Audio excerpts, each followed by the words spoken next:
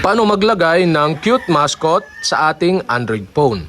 Gawin nyo lang, punta lang kayo sa inyong Play Store at i-search nyo dito yung Shimiji Screen Buddies. So install nyo lang, tapos once na ma-install nyo na, tap nyo yung open or punta kayo sa application. Dito sa homepage ng app, so select kayo ng mascot na mga cute dito. So sample natin itong Kuro.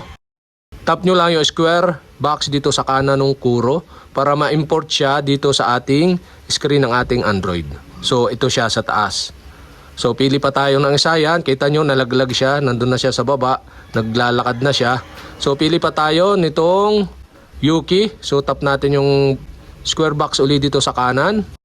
Yan. Kita nyo sa taas siya. Nalaglag na siya. So pwede nyo yung palakihin. Yung dalawang cute mascot na yan. Punta lang kayo dito sa settings sa may kanang babang bahagi. At makikita nyo dito yung mascot size. So pwede nyo i-slide pa kanan para mas lumaki yung mascot. At pwede din yung pabilisin, yung pinakang animation nito, slide nyo rin pa kanan para mas bumilis. So yan, kita nyo, yan ang cute mascot sa ating Android phone.